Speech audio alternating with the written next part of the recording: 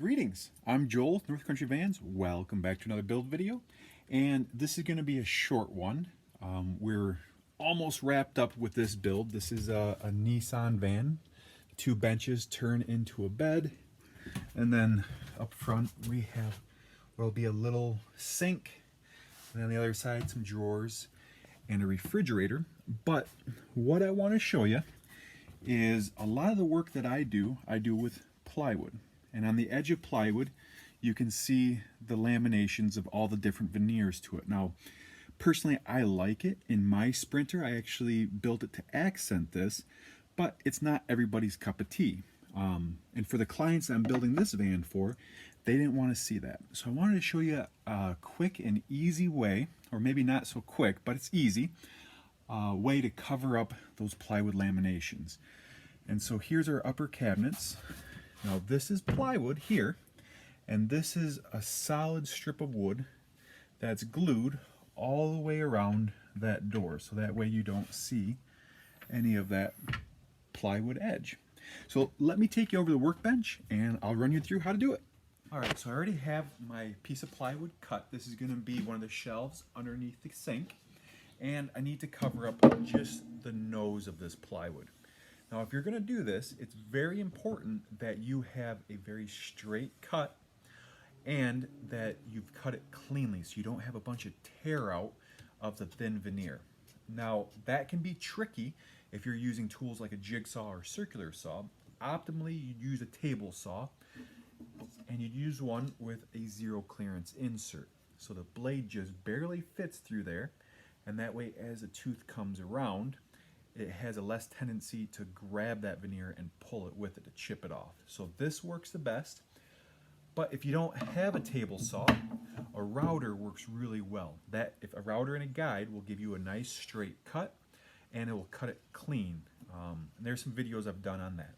But anyways, the first step we have to do is we have to clean this off, get any dust off of it.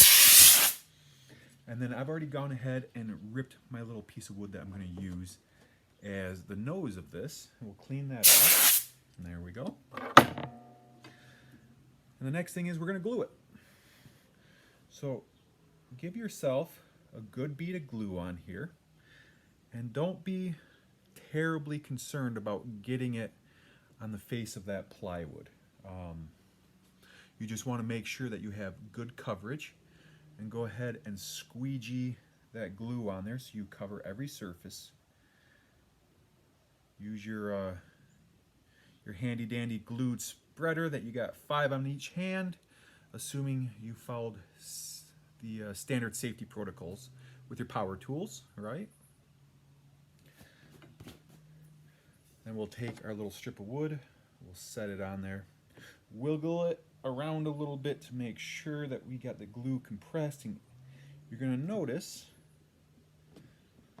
that you're going to get some glue squeeze out on the edge here, and that's okay. Don't worry about it. We'll come back once this is good and dry and we'll clean that up. I'll show you how to do that. But the important thing is you need to make sure that that piece of wood is overlapping your plywood. Now my plywood here is about 1/2 inch, a little less than half, and this strip of wood here is just over half, so that way I have a little bit of overhang on each side. And once you have it positioned where you want it, use masking tape to give it a little bit of pressure and hold it in place as that glue dries. If you notice on the edge here I left this long. We'll come back once this is set up and we'll trim those off. If you're going all the way around a piece of plywood like a door like you saw in the van, then you would do this side and the other side, and you would trim those off, and then we would put our other 2 sides on.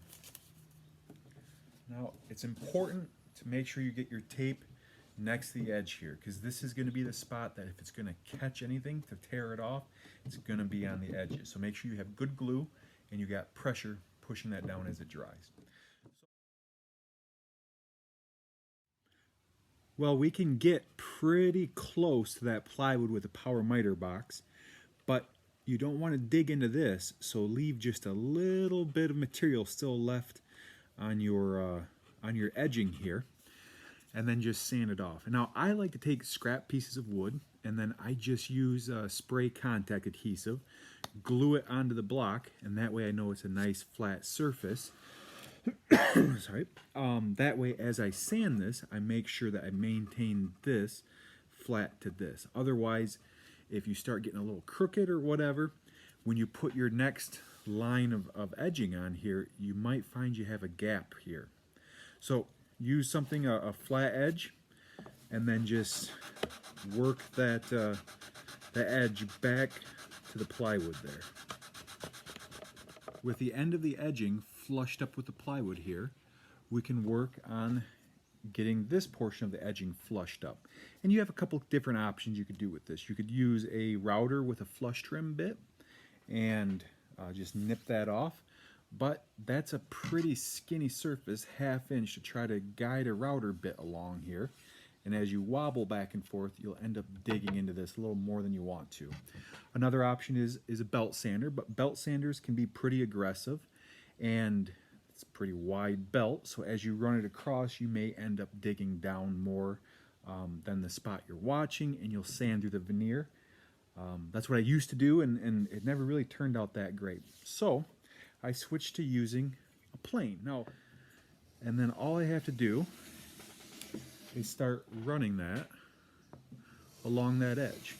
Now, for the first little while, I really don't have to worry about digging into that plywood at all because my plane is so high above it. But as I get closer, I'll have to be a little more cautious. But for right now, I can just go ham on it. Now, it's helpful, especially if your plywood has a little bit of warpage to it, to turn your blade at an angle against that instead of just trying to go straight on. If you turn it at an angle, that plane will kind of follow the dips and valleys of that board a little bit easier.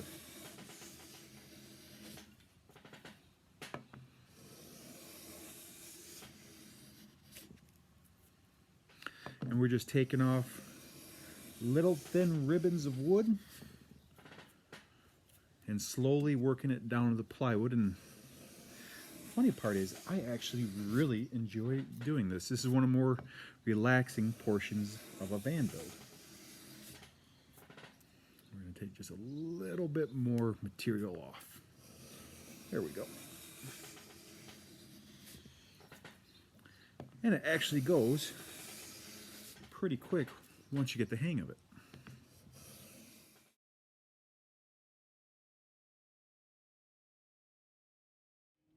Earlier, when I said not to be concerned about that glue, you can see a little bit of that dried glue right here. But as we plane it down, you'll see your plane will cut through that glue like it wasn't even there. So as you can see, we've gotten this flushed up with the plywood. Nice, it's nice and smooth. You can't even feel there's a ridge there. So that looks sharp. But one last trick I want to show you that a plane can do is round over an edge for you.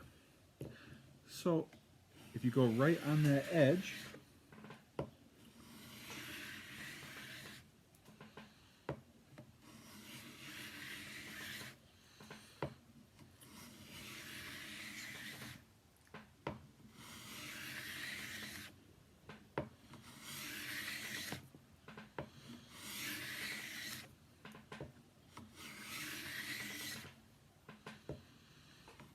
so I just did, what was that, 7, 8 passes at about 45 degrees.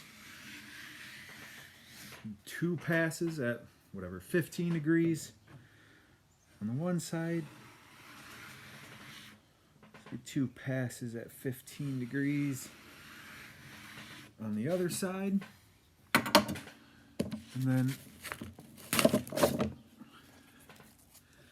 hit it with just a touch of sandpaper.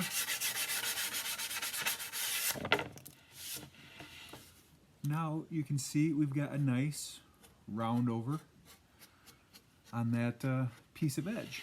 So if you guys don't have an expensive router with an expensive router bit, a cheap $20–$30 plane can do you a lot of good.